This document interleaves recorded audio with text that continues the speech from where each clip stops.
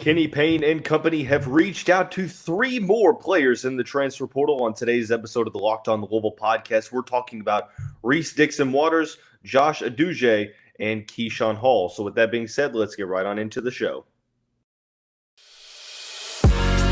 You are Locked On Louisville, your daily podcast on the Louisville Cardinals. Part of the Locked On Podcast Network, your team every day. Hey, what's going on, everyone? Welcome into another episode of the Locked On Louisville podcast. I'm your host, Dalton Pence. I serve as a credential media member for Cardinals Sports Zone. I also do some PA announcing work for the university in various sports. I want to take this time to personally thank you all for making us your first listen of the day. Just a reminder, the Locked On Louisville podcast is free on all streaming services, 5 days a week, your team every day. Obviously, the transfer portal is as live as we've ever seen it, and the Louisville Cardinals have reached out to three more players in the portal. We'll talk about USC transfer Reese Dixon-Waters. We'll also talk about Coastal Carolina transfer Josh Uduje and UNLV transfer Keyshawn Hall. Beginning with the first name on the list, Reese Dixon-Waters from USC, the reigning sixth man of the year in the Pac-12. Has a lot of suitors since entering the transfer portal just a couple days ago. For reference, he averaged just under 10 points per game, 9.8 points, 3.2 rebounds, 1.1 assists. The 6'5" sophomore from Long Beach, California, has been with USC over the past two seasons. So it looks like 2 years of eligibility remaining for Reese Dixon-Waters. And this is a recruitment that a lot of Louisville fans talked about right away when Dixon-Waters entered the portal. And for good measure, I mean, he is a very talented player, a guy that, although he was a sixth man off the bench, showed a ton of promise when scoring the basketball and defending as well. I think he has really solid two-way potential. As he's shown already. I know that the scoring numbers aren't necessarily those that are going to make you do a double take or anything like that, but I think that he would fill a solid role here at Louisville in the way of being a defensive breath of fresh air immediately out of the gate. Obviously, we know that Kenny Payne and company have really prioritized larger guards, and we'll talk about three here. I mean, or three solid players that are taller. Dixon-Waters is 6'5", Josh Uduje is 6'5", and Keyshawn Hall is 6'7".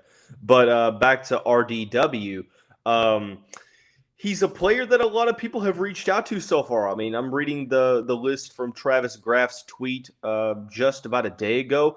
Outside of Louisville, he's heard from Minnesota, Texas, Kansas, Kansas State, Clemson, Missouri, Stanford, UCLA, Florida State, Vanderbilt, Alabama, Arkansas, and others. I know that there's been a section of the fan base that has said, Dalton, you've said that they need starting caliber guards and a starting caliber big man. Why would you go out and get a player who just averaged 10 points per game at his previous stop and, not go with a player that averaged in double figures that can alleviate some of those scoring responsibilities that are still yet to be filled at this point? I understand that. I understand it for sure. But I think that what we're not accounting for, two things. Number one, player progression. I think that just because Reese Dixon-Waters averaged 9 points per game, 9.8 points per game this season does not mean that he's not going to ever get better. You look at his freshman season, averaged under 5 points per game. He posted career highs in assists, rebounds, points per game, so on and so forth. So I think, statistically he saw a big jump and he will continue to do so. So I don't necessarily think that he is going to, let's say hypothetically he does come to Louisville. Would he be a player that you're just going to see the production from last season? I don't think so. I think he's going to take that next step. I think that he is a player that, shows the promise of, developing that perimeter shot despite only shooting about 29.6% from the three-point line this past season, 43.5% from the field, which is about a percent less than what he saw as a freshman, but saw a significant jump in field goals per game. He averaged over double as many shot attempts per game as a sophomore than he did as a freshman. So saw his numbers increase as well. Started 8 of the 29 games as a sophomore. As a freshman, 14 minutes per game. As a sophomore, 26 minutes per game. So played a bigger role for the team. And when you look at what USC fans are saying on social media, on message boards, Reese was a player that was definitely in the plans for next season in terms of taking that next step forward. He was going to be a part of that nucleus that represented, the solid majority of the USC production. So, I mean, you can tell by a couple of signs. Number one, USC fans' reaction.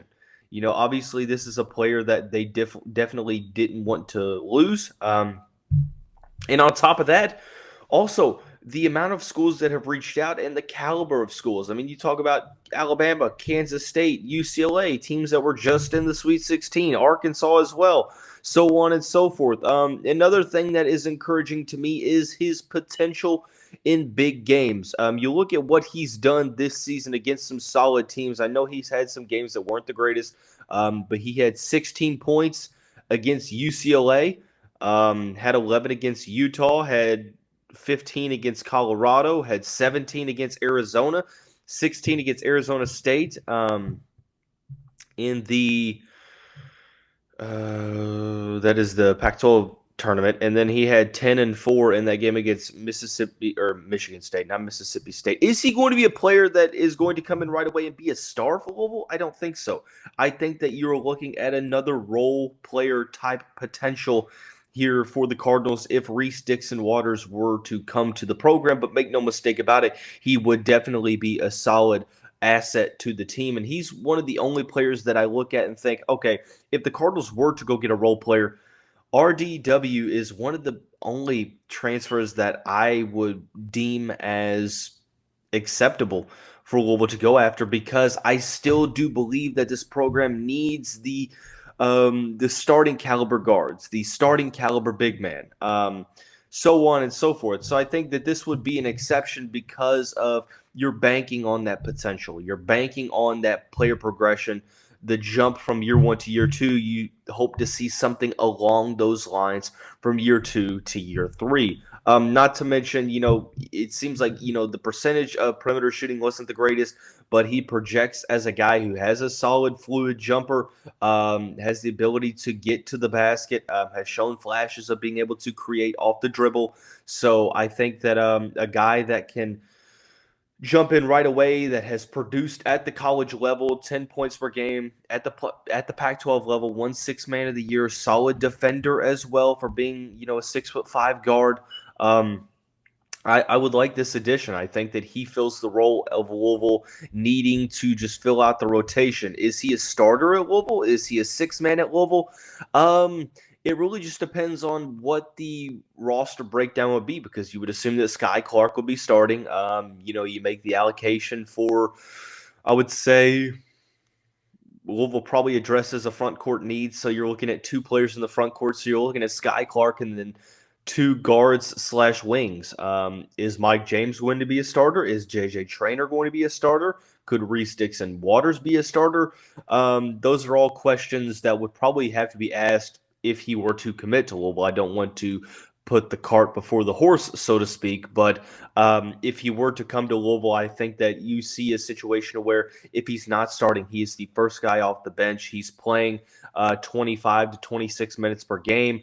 And, it alleviates some of my concerns as to his progression when you see the types of schools that are going after him. It's not one of those situations to where it's Louisville and 10 or 15 mid-majors. It's Louisville and 10 or 15 other Power 5 programs that are just coming off of a Sweet 16 finish. One thing that I find interesting is that, you see UCLA and Mick Cronin going after Reese, and he's a player that the Bruins had played twice this season and twice last season. So this is a recruitment that I trust a lot of the high-profile programs' judgment on this. So I think that he would be a solid addition, and I think that him jumping up in terms of player progression. That would be a big time addition for the Cardinals. So two other players that the Cardinals reached out to.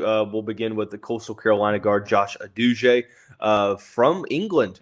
Has been with Coastal Carolina the past 2 seasons. We'll talk about what he could bring to the Cardinals program here in just a moment after we talk about our friends over at Built Bar. The Built March Madness app is here. We know you have a favorite bar or puff, and now's your time to make it count. Go to BuiltMarchMadness.com to vote for your favorites. I'll be voting for the cookies and cream bar. So do yourself a favor. Support your bar or puff. When you vote for your favorite bar or puff, you will be entering into a drawing where 50 lucky Locked On listeners will get a free box of Built. Not only that, one Locked On fan will get a 12-month subscription to Built to have Built's best bars or puffs delivered monthly straight to your door. You have to try Built. It's the best protein bar ever. Seriously, they're amazing. You won't think they're good for you, but if you scroll down to the macros chart at Built.com, you will be able to see how it's good for you, but also tastes like a candy bar. So you still have time. Run to Built March Madness right now to vote for your favorite bar or puff and pick up a box while you're there. You can vote every day in March, so hop in and support your pick, all at BuiltMarchMadness.com. All right, going into the second segment of the show, discussing another player in the transfer portal that the Cardinals have reached out to over the past couple days. We're discussing sophomore guard Josh Uduje. Like Reese Dixon-Waters, 6'5" sophomore Adouje from London. So an international prospect that last season for Coastal Carolina as a freshman, 6.8 points per game, 3 rebounds to go along with 0.7 assists. This season saw a jump in production, started 30 of the 31 games, played 30 minutes per contest. 13.3 points per game to go along with 4 rebounds, 1.2 assists. Only 31% from the 3-point line on 5 attempts per game, 42% from the field on 11.3 field goal attempts per contest. This season for Coastal Carolina was the leading scorer for the Chanticleers and would project to be a 2-guard/wing at the the Power 5 level, just like he did at the mid-major level. So this is one of those situations to where when you watch the film, you can see the potential. I do have my concerns over the schools that are reaching out. Granted, it is still early in the process, so you could see other schools reaching out, especially after the NCAA tournament. But just to kind of get you acclimated with who has reached out to Adouje. Louisville has reached out, but outside of that, it's kind of a lackluster list. I mean, I want to read these off. Montana State, Oral Roberts, Cal State Fullerton, Grand Canyon, Seattle, Loyola, Maryland, Towson, Hawaii, UC Santa Barbara, Cal State Bakersfield, Montana, Vermont, Eastern Carolina, St. Bonaventure, Davidson, Richmond, Duquesne. So, there's not necessarily a ton of Power 5 schools that have shown interest. Louisville was actually the only Power 5 school on that list. Now, granted, that is a list that is 2 days old. Adouje entered the portal, I believe, this past week, and it's still kind of early, so we could see other schools reach out. But even so, you can also make the case that when a player enters the portal, sometimes or a lot of times Power 5 schools reach out right away. You see a lot of big-time programs reach out, like with Reese Dixon-Waters. Once he entered the portal, boom. A lot of programs, top programs reached out. You just don't see that in this certain recruitment. That's not to say that he couldn't be successful at Louisville, but I think that this would be another situation like Reese Dixon-Waters. I think that despite him averaging 13 points per game at the mid-major level, he's probably a player that would be a role player at the Power 5 level. I think that this would be a solid addition if Louisville had a plan to bring in a starting guard and a starting big man, because then you could bring Adouje off the bench and have him play significant minutes off the bench. I think that my main concerns for me with this recruitment, you're looking for guys that can create for others. And at this point in time, he hasn't really shown that. 1 assist per game. in his 2 season averaged out for Coastal Carolina. I think, like I said, he projects more of as a traditional 2 guard that is able to stretch the floor, has to get better shooting the ball efficiently with his high volume. I think, he has the ability to get to the basket. Solid defensive potential as well, kind of like RDW.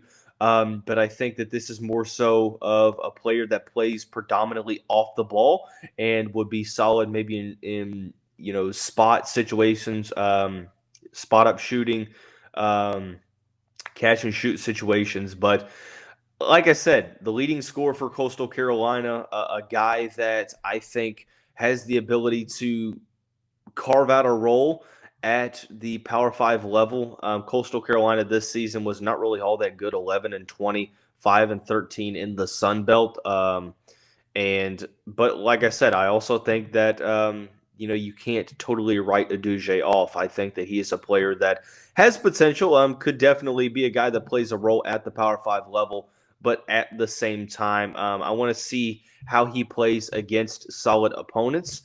Looking back at his game logs over the past couple seasons, the reality of the situation is Coastal Carolina didn't necessarily play a ton of top teams.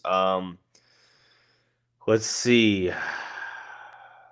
Yeah, I'm not necessarily seeing a ton of top competition that he's played against. Going back to this past season, they did play the College of Charleston, who was the 12th seed in the tournament, lost by 14, but he had 19 points and 5 steals.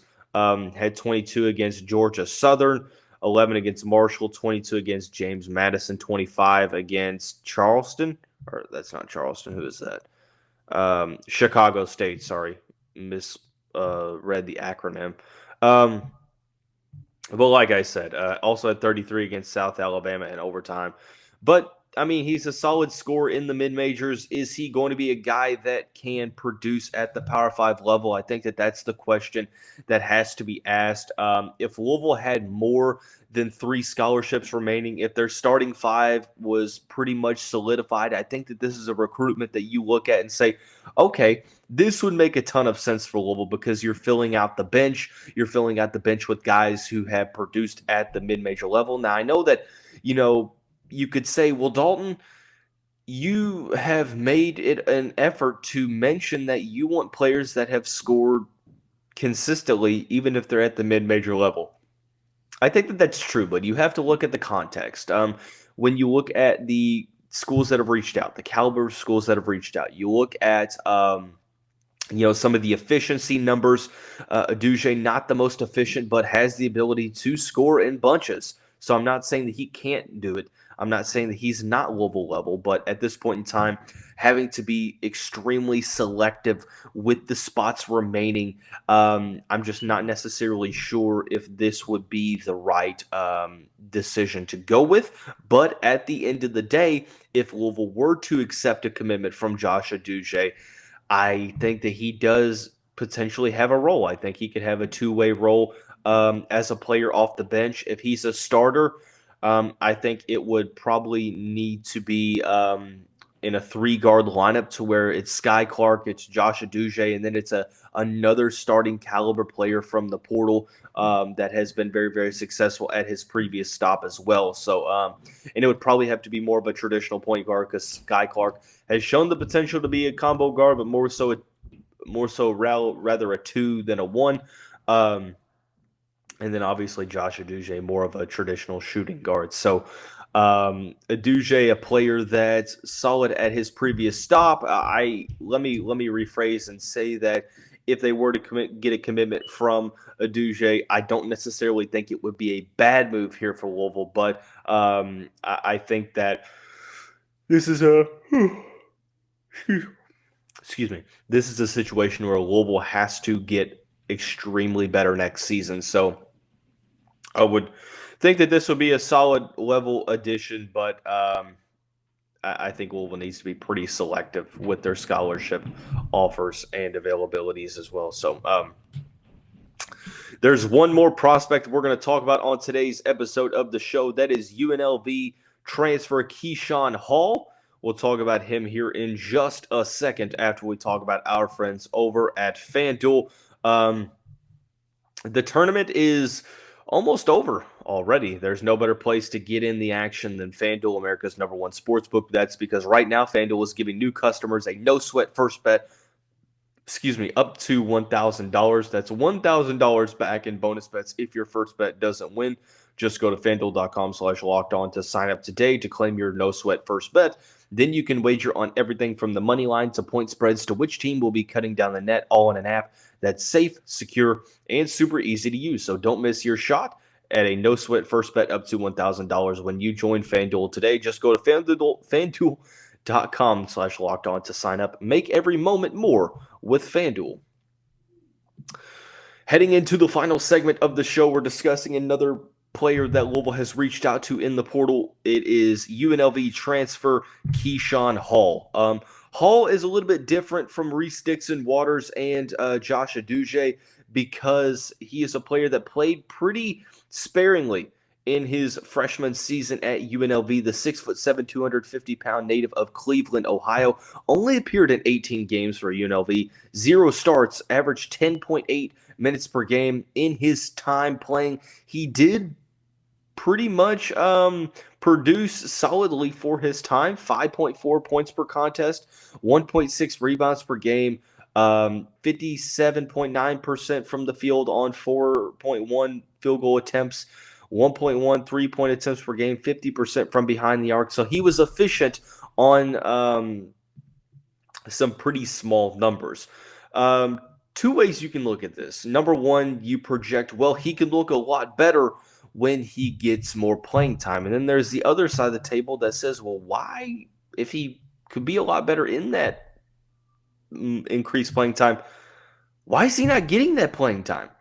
Why is he fending for playing time at UNLV? And if he's not getting that playing time at UNLV, why would he get it here at Louisville? Well, I think that obviously the Running Rebels had a very veteran-led group. You look at what UNLV ran out there this season.